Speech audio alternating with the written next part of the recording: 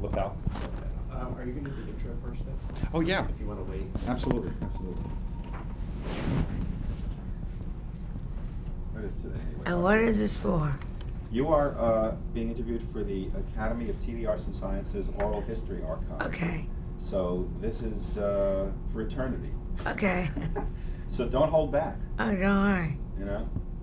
Hi, I'm Alan Newworth. Today is October 23rd, 2007, and I'm interviewing Joan Rivers in New York City. New York City. For the archives. For the archives, the Academy of Television Arts and Sciences Oral History Archive. Great. She wanted to do it again? I'm following what you wrote here, and it doesn't say that. No, it doesn't. You want me to do it again? No. Joan, what was your name at birth? My name at birth was Joan Sandra Molinsky, Molinsky. And when did you change it to Joan Rivers? I changed it to Joan Rivers because I wanted to be an actress, and I had all these friends that would spend hours saying, should I be Lily, Louise, or should I be Rose, Shoo? I thought, just get me some work, I'll change my name. And the first agent that sent me out was a man named Larry Rivers. And I said, okay, I'm Joan Rivers. And it got him so scared, he never sent me out again. He really thought I was glomming in on him. Where did you grow up? Grew up half in Brooklyn, New York, and half in Larchmont, New York. And my father was a physician, Dr. GP, terrific. Mm-hmm. And What was his name? Myers C. Molinsky, Dr. Molinsky, and people to this day will come up and say, your father saved my mother's life, or your father delivered me. People on the street still come. He was a great doctor, terrific doctor. In Brooklyn? Brooklyn, New York, Where in Brooklyn? Pennsylvania Avenue. And your mom? My mother was a housewife, remember those days? And wonderful, really caring first for the children, very smart. And for the And- record, what was her name? Her name was Beatrice. Did you have siblings? Want me to move even closer? I had a sister who's still alive named Barbara, who went to Columbia Law School and was the youngest woman ever to graduate at that point from Columbia Law School. Very smart. What were your interests growing up when you were a young girl? One interest all my life, and that was show business. That was theater. From like the time I put two sentences together in my brain, that's where I was going. Didn't know I was going to get there, but that's where I was going. Were you performing for the family as a child? Never performed for the family, but I knew. I went to see Margaret O'Brien in a movie called Journey for Margaret. She was 4. And I thought, why is she up there and I'm not? Furious, because I knew I could do a better job. And I'm still angry. Was there a lot of humor in your house when you were growing up? My dad was very funny. My sister is very funny. My mother said I'm an appreciator. But my dad was we were funny people. We got through a lot with humor. When did you start writing jokes? Not till very late. I was an actress all through high school. I was an actress all through college. I was an actress when I got out of college. It was only because in one of my office temporary jobs, one of the models said, my husband is a stand-up comic, and he's making $6 a night. You're funny. I thought, gee, let me do that while I get my legs as an actress together. So I really went into it backwards. Never thought about being funny. Never thought I could write jokes. I bought my first and stole my first jokes off of television. It wasn't until I got to Second City that I realized whether you write it down or you say it, you're writing. But that took Second City and improvisation to let me understand that. Do you remember the first joke you stole? No. Okay. First joke I stole must have been something off the Jack Parr, Johnny Carson show. First time you saw television, when was that?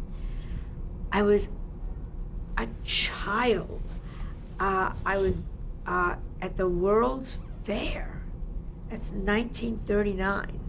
So I legitimately was like 5 years old. And they took us into some room and they were showing us television. I remember that so clearly. I thought, what is going on? Because they did something in the other room, then they showed it to us in that room at the same time. I remember going, ooh, that's great. Was this the tiny little... It was a small screen. I remember it was with my mother, Yeah. and that was it. For the record, what high school did you go to? I went to Adelphi Academy, and I ran the school. What do you mean? I started the yearbook. I started the newspaper. I started the cavalcade so that I could perform. I ran. I had a great time in high school. How about- Wasn't pretty, but I ran the school. It was great. And how about college? And college, I went 2 years to Connecticut College for Women, because my sister had gone there, and then transferred myself into Barnard and became the big Barnard actress. What were you studying before you went into acting, though? Always English lit. I was a smart kid, and I knew don't get something just in case with Jews. Fall back on something. So I always I was English literature and anthropology. Were you going to be an anthropologist at one point? I loved anthropology. I would still do it if you could bring a nail girl with you. What was your first job out of school? First job out of school was working probably in like B. Altman or Lord & Taylor. I worked at Lord & Taylor. And again, I got into the publicity department, which meant fashion shows, always show business. And then I got into the window department, display, and that was show business. You did a little... You were dressing the mannequins? I was dressing the mannequins, and I was helping them create it, yeah. How do you think that played into your current career? I still watch windows when I go past. I always write window display people notes. Good windows in Bergdorf's. Always write. So people get notes from Joan Rivers? Yeah, that windows. But I got into, which is a little interesting, probably not. I wanted desperately to be an actress. Mhm. There was no question about it. I still consider myself an actress, not anything else. And I got accepted at that time to the Theater Guild, Westport, which was the premier place to go, summer stock. They accepted me. I did an audition. They accepted me. I was leaving right after college, and I couldn't do it. My trunk went. Couldn't go. Could not go. After all that? After all that. How did you get into stand-up comedy? Stand-up was just trying to be an actress, trying to make it as a stand-up just to get the $6 a night you got. And that began to move. I got into Second City. But before that, tell us about your act a little bit. My act was singing in the beginning. I'm in love with Mr. Clean. It was awful, just awful. And I had an agent that renamed me Pepper January Comedy with Spice. And I was booked in strip joints. And of course I was a college graduate kid, you know. I got my prom dress and I put spangles on and I pasted them on myself. And I would come out in these strip joints, and I was always fired the first night. First year of my career, I never lasted more than a night. It was very tough going. Was it hard being, I would imagine, one of the few women in stand-up at that point, too? There were very few women in those days in stand-up. Were you That's treated right. differently because of that? Looking back, I realized I was treated differently. When it was happening, you don't think. I'm so focused that I just didn't think about it. But in retrospect, how do you think you were treated differently? In retrospect, I was the last of my group to get through, and I think that's because I was a woman. Mhm. Because I was in the George Carlin, Woody Allen, George, Woody, Cosby, that whole group, kind of David Brent a little later, but that was the group. Everybody got through, and I didn't get through. And then when I finally broke through, and I look back and I think it must have been because I was a woman. Your first television appearance, what was that? First television appearance, I was brought up by an agent to the Jack Paar show. And I thought it went very well because I was then in office temporary. So I was telling him I used to steal stamps and sell them for half price, which is all true. And I told him these stories, and I said, I'm from Larchmont, my dad's a doctor. And what was my joke? Oh, he spent 2 years in medical school, 2 years in Tijuana. You know, his first words are, does that look right to you, nurse? And she always says, it doesn't matter, doctor. And the next day, a man named Bob Shanks brought me up. The next day, at the meeting, they said, gee, that girl was funny to Parr. And Parr said, she was a liar. A doctor's daughter doesn't steal stamps. And he took a pencil and put it through my name. And I was on earth, floating. I thought I had done so well. She's a liar. A doctor's daughter doesn't steal stamps. Were you back on his show at any point? Never. That was it. Pencil through my name. Wow. Fuck 'em. How was it different doing your stand-up act on television as opposed to live in front of an audience Oh, in those days? In those days, and even in these days, stand-up is very different. What you're allowed to say. Ed Sullivan, I was pregnant on Ed Sullivan. And I wasn't allowed to say I was pregnant. I was in a tent. And I had to say, soon I'll hear the pitter-patter of little feet. It was very careful. I did a joke that was so easy, and it was scandalous in those days. What did I say? It's my daughter's birthday, and 9 months ago today, I was screaming, "Get me out of this!"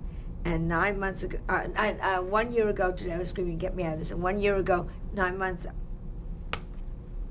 It's my daughter's birthday today. She's a year old, and a year ago today, I was screaming, "Get this out of me!" And a year ago, 9 months, I was saying the same thing. Well, I mean, it was scandalous. When I was hosting the Carson show, after the whole thing was approved, they would send this guy in, the censor, and I would fight with him over words. Bitch versus slut was a major thing. Was this Clotworthy? Bill Bill Clotworthy? He was a black man, Okay. and he said to me, "You can say slut, you can't say bitch." And I took him by the hand to every secretary in NBC and said, "Would you rather be called bitch or slut?" And they all said, "Well, bitch is fun." Could not say bitch. And even your taking him around to try to convince him didn't do No, it. but you could say slut. That, censorship is horrific. It still is. Except for cable, of course, today. Well, I was just censored on TV Guide cable. Well, They went through Oklahoma, and some asshole in Oklahoma, after the whole script was approved, took out, so it was like, hello, and every other word they took out. hard to believe. But let's go back in Yes. time again. Let's go back in time. Back in time to Hollywood Palace. You appeared on an ABC variety show by that name. Tell us about that. It was, those days, you didn't have cable, so it was like the Ed Sullivan Show. It was wonderful, these big shows. And I was on the first time Liza was on, which is very exciting, Liza Minnelli. And I did well. I mean, that was after I hit on the Carson Show. You began to do all the variety shows, and that was part of the things you did to keep, and it was wonderful. It was a wonderful show, except wasn't live, so you would have to do them sometimes over and over and over again. Well, the audience has heard the joke, so you would have this great routine that diminished as you repeated it. Joan, can we just do that one more time, please? Sure. I'm sure they sweetened the laughter once it was Yes, broadcast. but the energy is so different.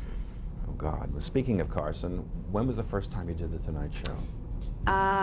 February something, 1965. And on the air, he said, "You're going to be a star." Right smack on the air. Very exciting. And my life changed. How did you end up getting booked for the show? I was brought up 8 times. I was then already out of Second City. I'd gone to Second City, which changed my life, really, because I found myself. And then I was working in little clubs, and I was writing already. And I was writing for Candid Camera. So they brought me on as a girl writer. So I never, I think I was the only comic ever to be on the Carson Show that never did a stand-up. Ever. I was brought out as a, so people always say, "Well, you did your stand-up." Never did a stand-up on Carson. What did you do? They brought me out as a girl writer, so I sat on the couch. That's better. Much better. Because they would always let the people go right off. Yeah, much better. So I was very lucky with that. So you were in conversation with Carson. From the very beginning. And he was the best straight man in the world. He knew just when to say, "How fat was she?" And he knew when not to say anything. He was a great genius at knowing where you were going. What was the audience reaction to your very first performance? I went into the bank the next morning to kite a check. And the bank teller said to me, "I saw you last night, whatever you want." And I knew my life is going to be different. You really knew that at that Yeah, point. but it took 8.5 years to get there. You brought up the Sullivan Show. Let's talk about the Sullivan Show. He was great. Yeah, tell us about it. He was Dottie. He was great. He just didn't know who the hell you were. There were always stories, I was talking about being married jokes. I was on a lot. He was Melissa's godfather. He and Sylvia were Melissa's godparents. They were lovely to me, wonderful to me. And I remember one time I came over. If he liked you, he called you over. And he said to me, "Are you really married?" And you go, "Yes." You're very polite to him. He was very nice. How was it different being on his show as opposed to, let's say, Carson or the other shows? Carson gave you New York and Chicago. And he gave you the smart ones, the late nighters. Sullivan gave you America. When Sullivan said, "This Jew girl is okay," you were okay all over America. Given that you were doing a stand-up act on Sullivan and conversing with Carson, were you doing completely different material on both shows? No, my material is always the same. I just know I've been gifted. I know how to make the stand-up sound like sit-down. Mm-hmm. It's all, and it's just the trick of the trade. Did Sullivan ever ask for changes in what you were doing? All the time. Sullivan, Tell us. he would ask me to go up to Delmonico's, where he lived, and they were always worried about me because I was always outrageous. What they consider outrageous now, which I am, I was outrageous then for very silly little things, sweet things almost. And I would have to do my whole act for him in his apartment in Delmonico, and he would sit there and listen. Not laugh? No, of course I didn't get it. And then you'd go on the show, and then they were very worried. It was live, the show. I have a picture of the Fifth Dimension, Woody Allen, and me. And we were all watching a monitor backstage on the Sullivan Show because it was live, and you were checking, is the person going on time, and is the audience laughing? And it was a live audience, so it was very different. Were you nervous before a live appearance? Terrified. And terrified, which would happen. You did a rehearsal in the afternoon to dead people. They brought in Girl Scouts and old people. And then at night, it was a better audience. So you just stretched. And they would come back and say to my husband, "She was 5 minutes in the afternoon. She was 9." And they would call for the tapes and recheck to make it. But it wasn't me. It was the audiences got better. Did you ever find yourself short on material? One time, somebody else went short. And as I was walking out, they said to me, because I did the show like 35 times, they said, "Stretch, add 2 minutes." And I said to them, "Tell my husband," because he's going to come backstage and kill me.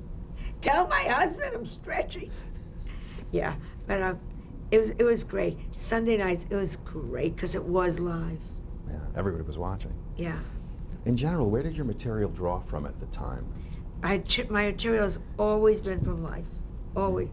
When I was single, I was talking about dating, and I was going out with a married professor, and my big joke was while he was engaged to me, his wife became pregnant, so I figured he wasn't sincere. That was my big joke.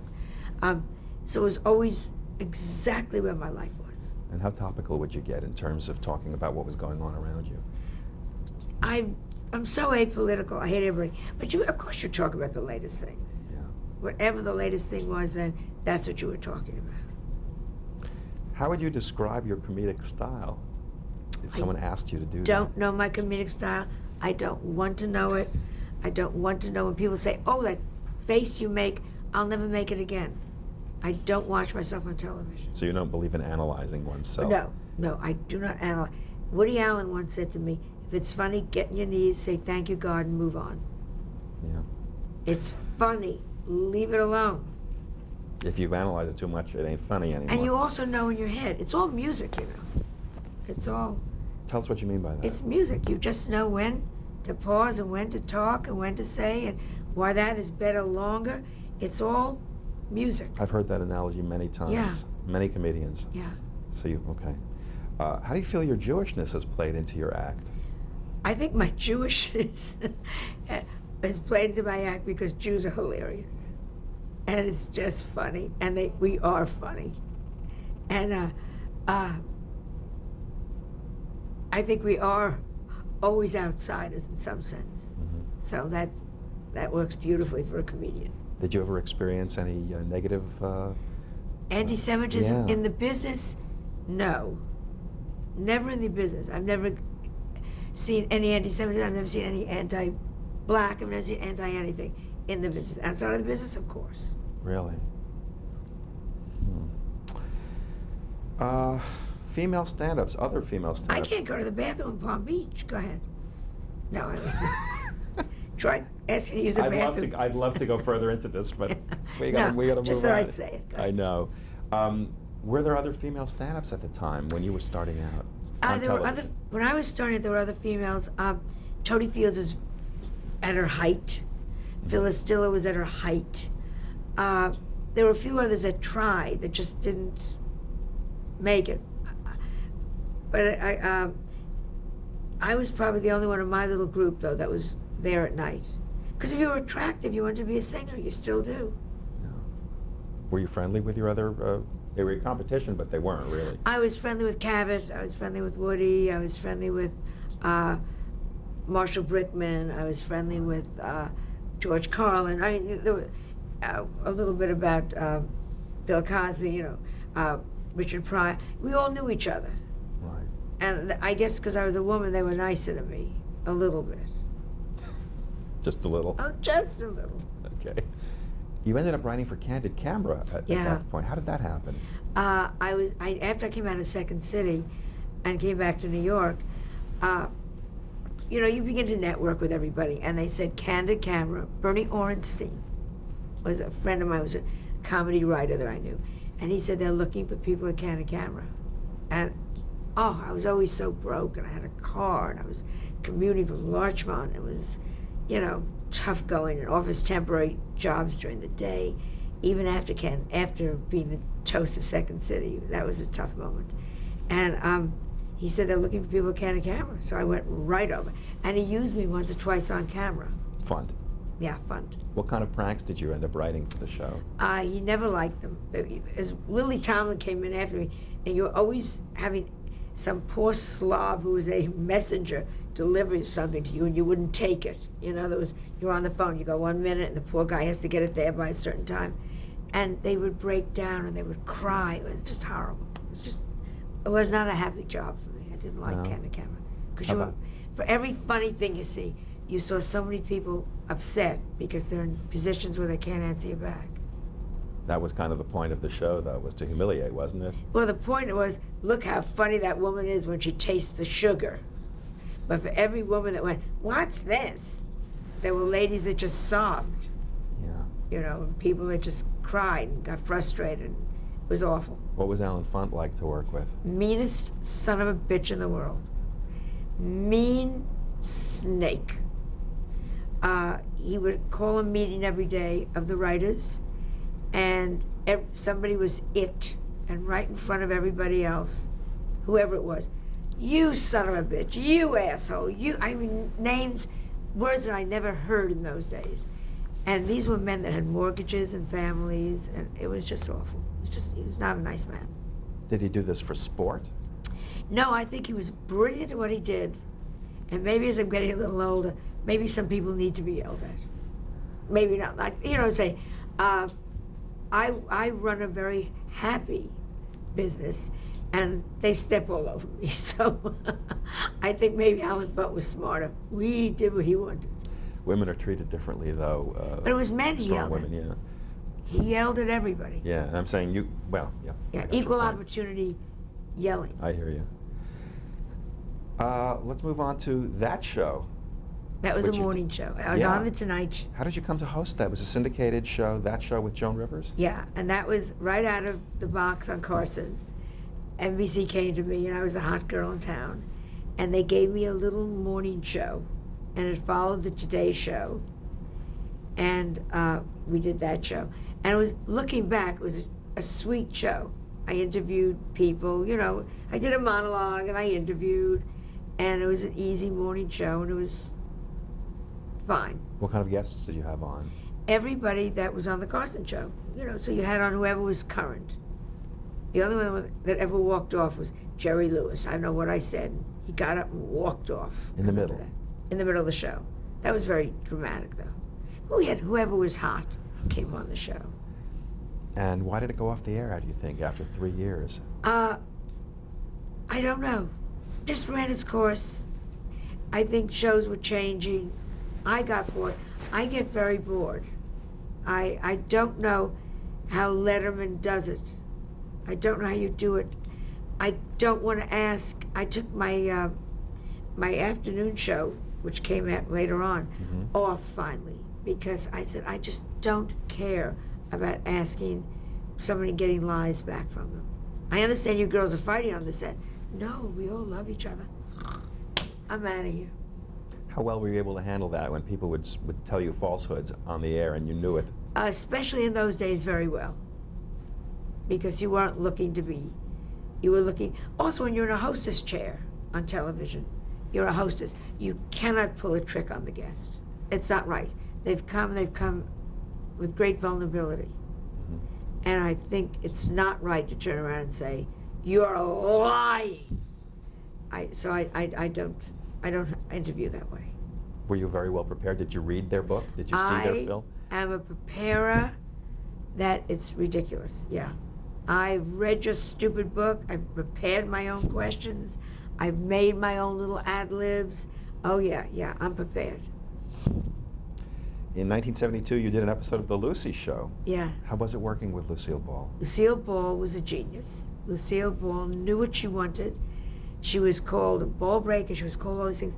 She would say to the cameraman, Charlie, you're 1.5 inches further back. And they'd say, oh, Miss Ball. No, I'm not.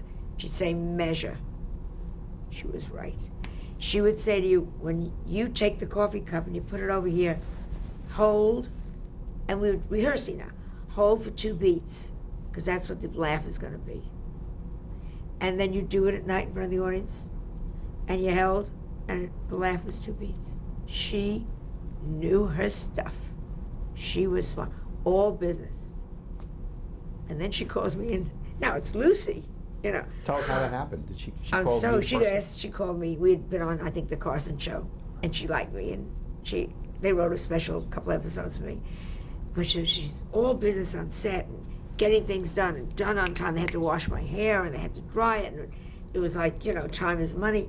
Then she calls me in the office and she says, Liza's going out with Desi Arnaz, and she's crying. What should I do? And I thought, Lucille Ball's crying. She's asking me for advice.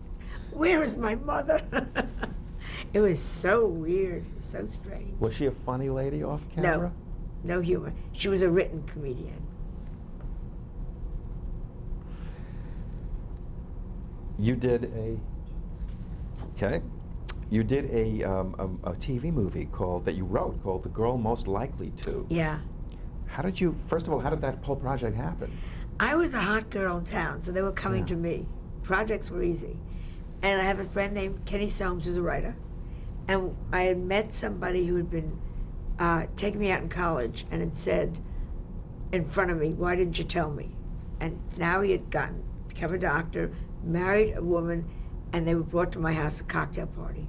And I was telling my friends, I said, I was dying to say to him, do you remember 10 years ago when you were so mean? That was me. And Kenny said, wouldn't it be funny to go around and tell people and get revenge? And I said, wouldn't it be funny to kill them? And I said, that would be a great movie. And we sold the movie to ABC. What was the actual plot line of the movie? Plotline was a girl that everybody was mean to in college. She goes away, she has plastic surgery. She comes back, she kills everybody. That was mean to her. Fabulous movie. Turned out well? Turned out very well, huge ratings. And how did you come to write and direct Rabbit Test? Rabbit Test, I wanted to do a funny movie. And I worked with a man named Jay Reddick, and we wrote Rabbit Test, and we were too early. We were right before Airplane and right before Animal House, and we got creamed by the critics. This is not fun. We had Imogene Coca spraying Lysol on dinner because she wanted to make it really nice for her family and clean. And a year later, Animal House came out. No, Airplane came out where they threw the shit at the fan. And with us, they said, Lysoling meat, disgusting, horrible. And with Animal House, Airplane, they said, funniest thing we've ever seen. So we were too early. It's funny. I watched it like 4 years ago. It's funny. We're going to take a brief pause and Sure. change tape.